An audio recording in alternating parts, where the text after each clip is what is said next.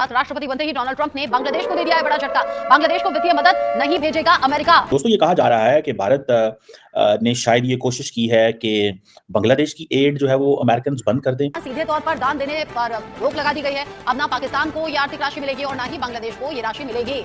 बांग्लादेश को दिए जाने वाले फंड्स सबके सब बंद कर दिए गए हैं। इंडिया के अंदर बड़ा सेलिब्रेट कर रहे हैं कि इंडिया ने एड बंद, हाँ, इंडिया ने बांग्लादेश की एड बंद करा दी अमेरिका से।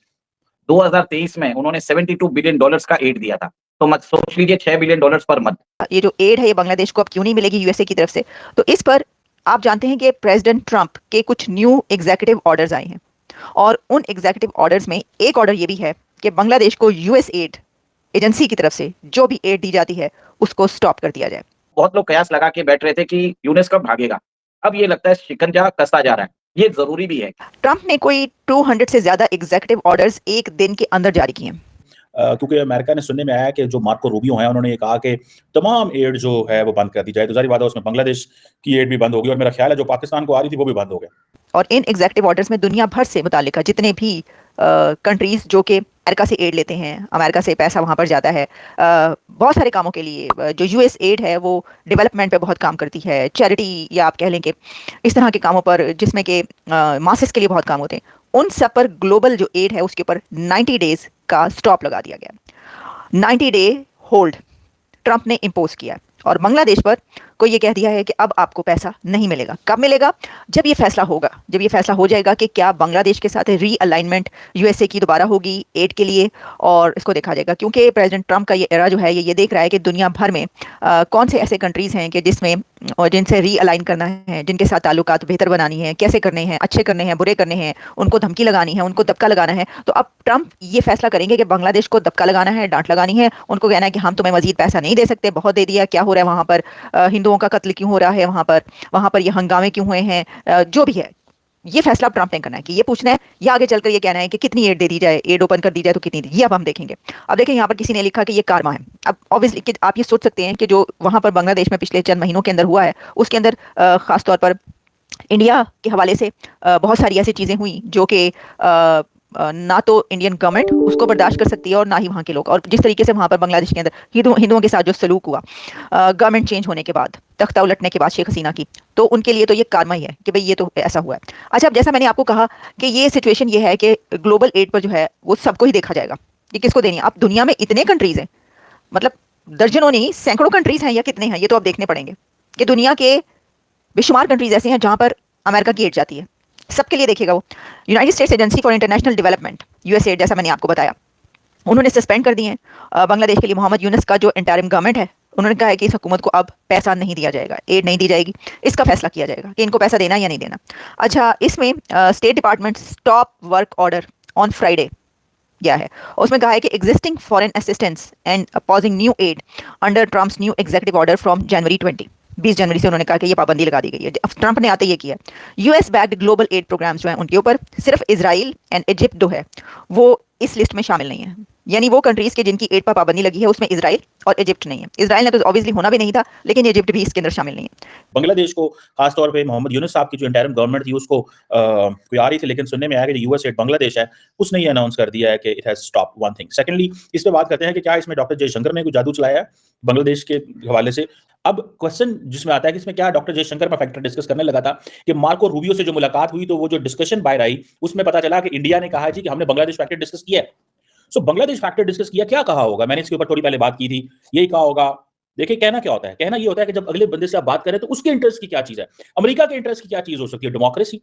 रिपब्लिकन्स कितना को डेमोक्रेसी की प्रचार करेंगे, it's a question needs to be answered.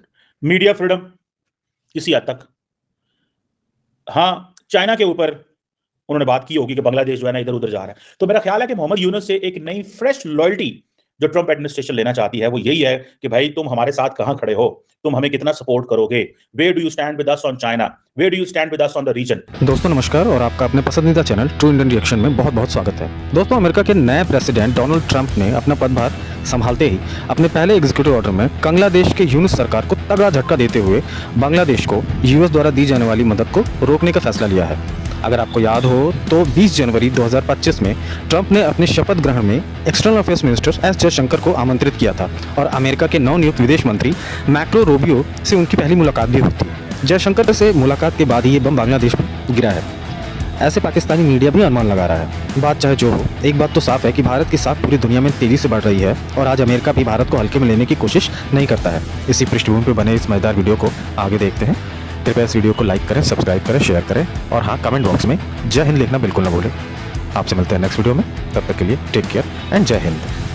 आज एक स्पेसिफिक ऑर्डर में उन्होंने लिखा है कि जो भी एड बांग्लादेश के दे रहे हैं वो इमीडिएटली बंद कर दीजिए।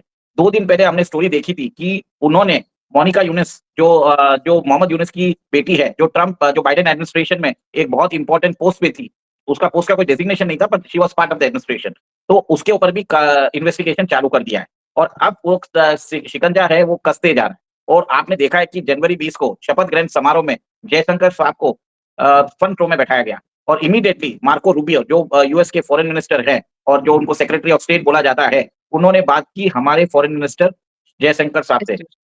हाँ, तो आपने देख लिया कि पहले टाइम उन्होंने पहले भी बोल दिया कि पाकिस्तान ने हमारे ऊपर सैंक्शन लगाए, पाकिस्तान हमसे ट्रेड नहीं करना चाहता, हम कौन होते हैं उनको बोलने वाले, आप जाओ भाड़ में, हमें कोई फर्क नहीं पड़ता। सेकंड, उन्होंने ये भी बोल दिया कि हमने बात की है बांग्लादेश के हिसाब से कि अब ये देखिए, ये Yunus administration Joe Biden administration ने इंस्टॉल किया था, जो प्रीवियस सीआईए के डायरेक्शन पे उनको वहां पे एक इंटरिम एडवाइजर के रूप में स्थापित किया गया था। बट आप ये देखिए, उधर वो इलेक्शन करा नहीं रहे। उन्होंने खालिदा जिया है, उनको भी देश से बाहर निकाल दिया। वो बोले कि आप मेडिकल बोल के आप देश से बाहर निकाल दीजिए और उनको लेने के लिए कतर का चॉपर आया था, कतर का एयरक्राफ्ट आया था। ठीक है, तो एक सोची समझी साजिश के हिसाब से उन्होंने वहां पे जो भी डेमोक्रेटिक लीडर्स है, शेख हसीना है या बेगम खालिदा जिया है, दोनों को बाहर कर दिया। अब वहां पे जमात जो प्रो पाकिस्तान है, उन लोगों की जो वो लोग स्टूडेंट मूवमेंट्स के लीडर्स थे और जो हार्डकोर्स थे, उनको एडवाइजरी पोजीशन में बैठा दिया है। और आपको ये देख के समझना पड़ेगा कि कुछ दिन पहले बांग्लादेश के फॉरेन मिनिस्टर गए थे चाइना, और चाइना जाके उन्होंने बोला कि हमारा जो इंटरेस्ट रेट आप चार्ज कर रहे हो 3%, उसको 1% कर लीजिए, और जो आपने हमारे को लोन दिया है 20 ईयर्स का, उसको वो 30 ईयर्स कर दीजिए, जो चाइना मान भी गया। ठीक है, पाकिस्तान भी सिमिलर रिक्वेस्ट कर रहा है सीपीए के डेप्थ के लिए, उसके लिए चाइना ने कभी हाँ नहीं की। तो आप समझ लीजिए कि कितना बड़ा सपोर्टर बन गया बांग्लादेश फॉर चाइना, और वो एंटी इंडिया एक्टिविटीज कर रहा है in Bangladesh by the support of China. तो कहीं ना कहीं मैंने हमेशा बोला है कि जो ट्रंप एडमिनिस्ट्रेशन में जो मार्को रूबियो है, माइक वॉल्ट्ज है, तुलसी गबार्ड है, काश पटेल है, हेक्सेट है, जो जितने भी उनके जो एडमिनिस्ट्रेशन में है, सब एंटी चाइना है और वो प्रो अमेरिका है, सब मागा के बहुत बड़े क्रेजी सपोर्टर्स है। तो जैसे ही अभी देखा है कि आपने देखा है कि जैसे न्यूज आई है, सारे वर्क कॉन्ट्रैक्ट्स जितनी भी जो ह्यूमैनिटेरियन जो भी है, सब बंद कर दिया गया। और आपको ये जान के हैरानी होगी कि 2016 में इस आदमी ने, यूनुस ने, जो वहां पे जो जिनको नोबेल प्राइज भी मिला हुआ है, उन्होंने $3 लाख हिलरी क्लिंटन को दिए थे। तो आप सोच लीजिए कि अगर ये आदमी, अगर एक माइक्रो फाइनेंस गाई है जिसको बोला जाता है कि he is actually running NGO, उसके पास लॉबिंग के लिए $3 लाख है, तो उसने भी वो पैसा दिया हिलरी क्लिंटन को, और हिलरी क्लिंटन ने भी उसको बहुत सारे लोन्स दिए थे जब वो सेक्रेटरी ऑफ स्टेट थी ओबामा एडमिनिस्ट्रेशन में। तो ट्रंप को ऑलरेडी यूनिस पसंद नहीं है। चैनल सब्सक्राइब करें और मेरे हर अपडेट आपको मिले, इसके लिए बेल आइकन जरूर दबाइएगा। आप सभी को मेरी ढेर सारी शुभकामनाएं।